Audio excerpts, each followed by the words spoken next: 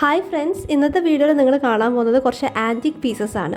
ഇത് ആക്ച്വലി ഞങ്ങൾ വൈകുന്നേരം ഒന്ന് നടക്കാൻ ഇറങ്ങിയപ്പം നമ്മുടെ ഫറൂഖ് വളരെ അടുത്ത് തന്നെയാണ് നമ്മുടെ വീട്ടിൻ്റെ ആ ഒരു ഏരിയയിലുള്ള ഒരു സ്ഥലത്ത് നടന്ന ഒരു ഫെസ്റ്റാണ് കേട്ടോ. അപ്പോൾ ആ ഫെസ്റ്റ് എന്താണെന്ന് കാണാൻ വേണ്ടി കയറി നോക്കിയപ്പോഴാണ് ലത്തീഫ് എന്ന് പറയുന്ന ഒരാളുടെ കുറേ അടിപൊളി ആൻറ്റിക് കളക്ഷൻ അവിടെ പ്രസൻറ്റ് ചെയ്തിട്ടുണ്ടായിരുന്നു. അപ്പോൾ അതിൻ്റെ കുറച്ച് ക്ലിപ്പിങ്സ് ആണ് നിങ്ങൾ ഇപ്പോൾ കാണാൻ പോകുന്നത്. സോ കയറുന്ന അവിടെ തന്നെ ഇങ്ങനെ ഗാന്ധിജീൻ്റെ ഒരുപാട് ഫോട്ടോസ് വെച്ചിട്ടുണ്ട്. അതിന് താഴെ അയച്ച് നമ്മുടെ ഈ പഴയ കാലത്തെ ടേപ്പ് റെക്കോർഡേഴ്സും ഒക്കെ ഇല്ലേ, അതും വെച്ചിട്ടുണ്ട്. നിങ്ങളിപ്പോൾ കാണേണ്ട അവിടെ ഒരു ചർക്കയുണ്ട്. പിന്നെ അതിൻ്റെ ഉള്ളിൽ കയറി കഴിഞ്ഞാൽ ഒരുപാട് സാധനങ്ങളുണ്ട്. നമുക്കൊരു വീഡിയോയിൽ കവർ ചെയ്യാൻ വളരെ ബുദ്ധിമുട്ടാണ്. ഇപ്പം നിങ്ങൾ ഈ കാണുന്നത് പഴയ കാലത്തെ കാൽക്കുലേറ്റേഴ്സാണ് കേട്ടോ. നമ്മുടെ ജനറേഷൻ ഇതൊക്കെ ഒരു അത്ഭുത കാഴ്ചയാണ്. ഇത് പഴയ കാലത്ത് ഉപയോഗിച്ച സീലാണ്. പിന്നെ ഒരുപാട് നാണയ കളക്ഷൻസ് ഒക്കെ ഉണ്ട്. ഇത് നിങ്ങൾ കാണുന്നുണ്ടാകും. ലോകത്തിലെ ഏറ്റവും ചെറിയ മലയാള പുസ്തകമാണ് അതിൻ്റെ ഉള്ളിൽ കാണുന്നത്. പിന്നെ ഇത് നമ്മുടെ ഇന്ത്യയിൽ ഫസ്റ്റ് എലക്ഷൻ ഇല്ലേ, 1951 ആദ്യത്തെ എലക്ഷൻ, ആ എലക്ഷന് യൂസ് ചെയ്ത ബാലറ്റ് ബോക്സാണിത്.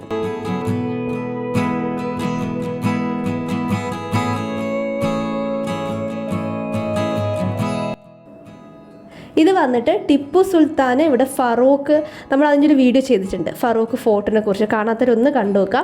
അവിടെ ടിപ്പു ഫറൂഖ് വന്ന ടൈമിൽ ഇവിടെ ഉണ്ടായിരുന്ന ഒരു മിഞ്ച് എന്ന് പറഞ്ഞാൽ നാണയം അച്ചടിക്കുന്ന ആ ഒരു സിസ്റ്റത്തിനാണ്. അവിടുന്ന് ഉണ്ടാക്കിയ കുറച്ച് കോയിൻസ് ആണ് ഇത്. നിങ്ങൾ കാണുന്നുണ്ടാകും ടിപ്പു സുൽത്താനും അതേപോലെ പഴശ്ശിരാജയുടെ ഒക്കെ കാലത്ത് നിലവിലുണ്ടായിരുന്ന കോയിൻസും പിന്നെ കുറച്ച് നോട്ട്സുമാണ്.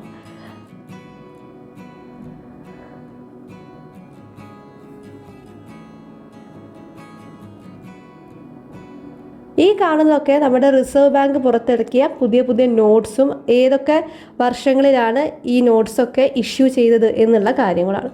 ഇത് പണ്ട് കാലത്തെ ഒരുപാട് കോയിൻ കളക്ഷൻസ് ആണ്. അത് നമുക്ക് ഓട്ടക്കാലനയൊക്കെ അല്ലേ, അതെല്ലാം അതിൽ കാണുന്നുണ്ടാവും നിങ്ങൾ.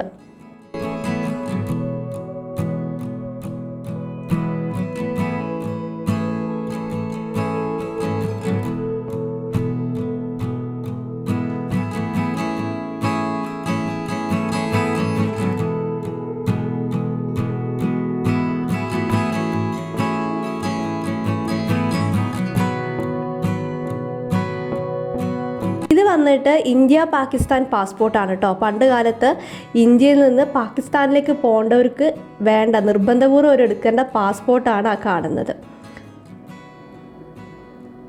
പിന്നെ ഇത് ഡോൾഫിൻ നാണയം എന്ന് പറഞ്ഞിട്ട് അതിൻ്റെ മുകളിൽ കണ്ട അതിൻ്റെ ഷേപ്പ് നിങ്ങൾ കണ്ടിട്ടുണ്ടോ? ഡോൾഫിൻ്റെ ഒരു ഷേപ്പുള്ള നാണയമാണിത്.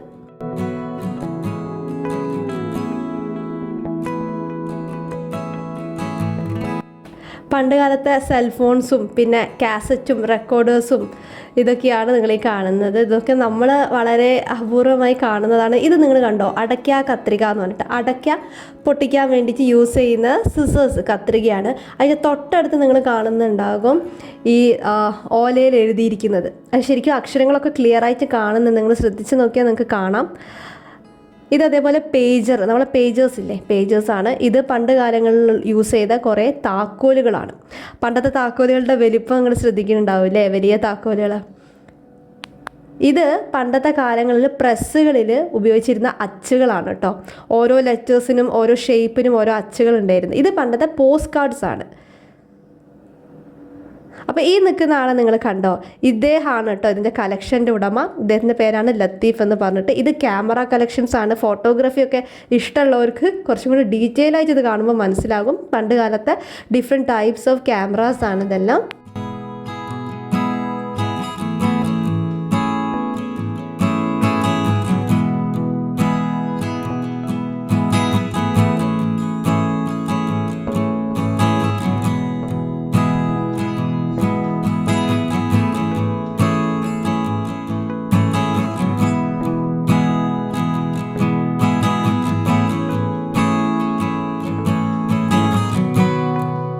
ഇത് വന്നിട്ട് നമ്മുടെ കണ്ടതുപോലെ നമ്മുടെ ടൈപ്പ് റൈറ്റേഴ്സാണ്. ഓക്കെ, ടൈപ്പ് റൈറ്റേഴ്സാണ്. അതും പണ്ടത്തെ രീതിയിലുള്ള ടൈപ്പ് റൈറ്റേഴ്സൊക്കെ. ഇന്നൊക്കെ ടൈപ്പ് റൈറ്റേഴ്സ് യൂസ് ചെയ്യുന്നുണ്ടോ എന്ന് തന്നെ അറിയില്ലല്ലേ. ചുരുക്കം ചിലവരായിരിക്കും യൂസ് ചെയ്യുന്നുണ്ടാവുക. പണ്ടെല്ലാവരും ടൈപ്പിങ്ങിനൊക്കെ നിർബന്ധമായിട്ട് പോകുമല്ലോ.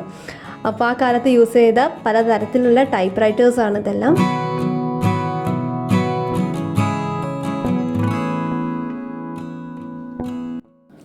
പിന്നെ ഇത് വന്നിട്ട് നമ്മുടെ ഗോലി സോഡകളില്ലേ, നമ്മൾ എന്താ പറയുക, നമ്മൾ പണ്ട് കുട്ടികളാകുമ്പോൾ കളക്ട് ചെയ്ത് വെക്കാറില്ലേ ഗോട്ടികൾ എന്ന് പറഞ്ഞിട്ടില്ലേ, ആ ഗോലി സോഡയുടെ പല പല കുപ്പികളാണ് കേട്ടോ ഇതെല്ലാം. പിന്നെ ഈ ബാഗ് നിങ്ങൾ കണ്ടോ, ഇത് പണ്ടത്തെ ഈ ബാഗും വാട്ടർ ബോട്ടിലുമാണ് തൊട്ടടുത്തുള്ളത്. പണ്ടത്തെ പോസ്റ്റ്മാൻസ് ഒക്കെ യൂസ് ചെയ്യുന്ന വാട്ടർ ബോട്ടിലും അതേപോലെ അവരുടെ ബാഗുമാണ്. ഇന്നത്തെ പോസ്റ്റ്മാനെ നമുക്കറിയാം പണ്ട് വിളിച്ചിരുന്നത് എന്താണ്, അഞ്ചൽ എന്ന് പറഞ്ഞിട്ടായിരുന്നു അല്ലേ, അഞ്ചൽ സംവിധാനം എന്ന് പറഞ്ഞിട്ട്. ഇത് ഇതേപോലെ അച്ചുകളാട്ടോ.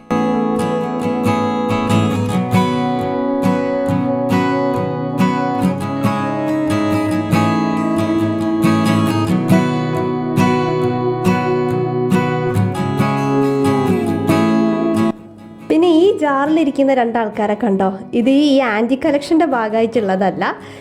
ഇത് അവിടെ നിൽക്കുന്ന ഒരാളെ നിങ്ങൾ ശ്രദ്ധിക്കുന്നുണ്ടാകും, അദ്ദേഹം വിൽക്കുന്നതാണ് കേട്ടോ ഈ കുഞ്ഞി എലിക്കുട്ടികളെ, ഹാംസ്റ്റേഴ്സിനെ പോലത്തത്. നമുക്ക് വേണമെങ്കിൽ അവിടെ നിന്ന് വാങ്ങാം. അപ്പോൾ അത് ശരത്തേട്ടൻ കയ്യിലെടുത്ത് നോക്കിയതാണ് ഒരു എലിക്കുട്ടീനെ.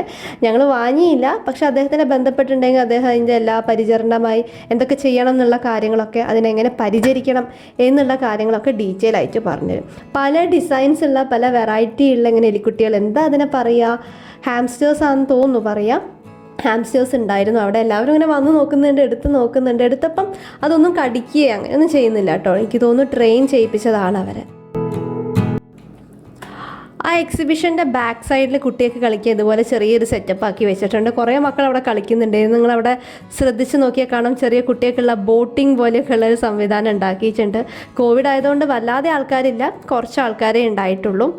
അപ്പം ഈ ഒരു എക്സിബിഷൻ നടന്നത് ഫറൂഖുള്ള പൂതേരി പാലസിൻ്റെ ബാക്ക് സൈഡല്ല സൈഡിലായിട്ടാണ് കേട്ടോ. ഇതാണ് പൂതേരി പാലസ്. പറ്റുകയാണെങ്കിൽ പൂതേരി പാലസിനെ കുറിച്ചൊരു വീഡിയോ ചെയ്യാൻ ശ്രമിക്കുന്നുണ്ട്. അപ്പോൾ ഈ വീഡിയോ എല്ലാവർക്കും ഇഷ്ടമാവുകയാണെങ്കിൽ എല്ലാവരും തീർച്ചയായിട്ടും ലൈക്ക് ചെയ്യണം, സബ്സ്ക്രൈബ് ചെയ്യണം. അപ്പോൾ നമുക്കിനി നെക്സ്റ്റ് വീഡിയോയിൽ കാണാം.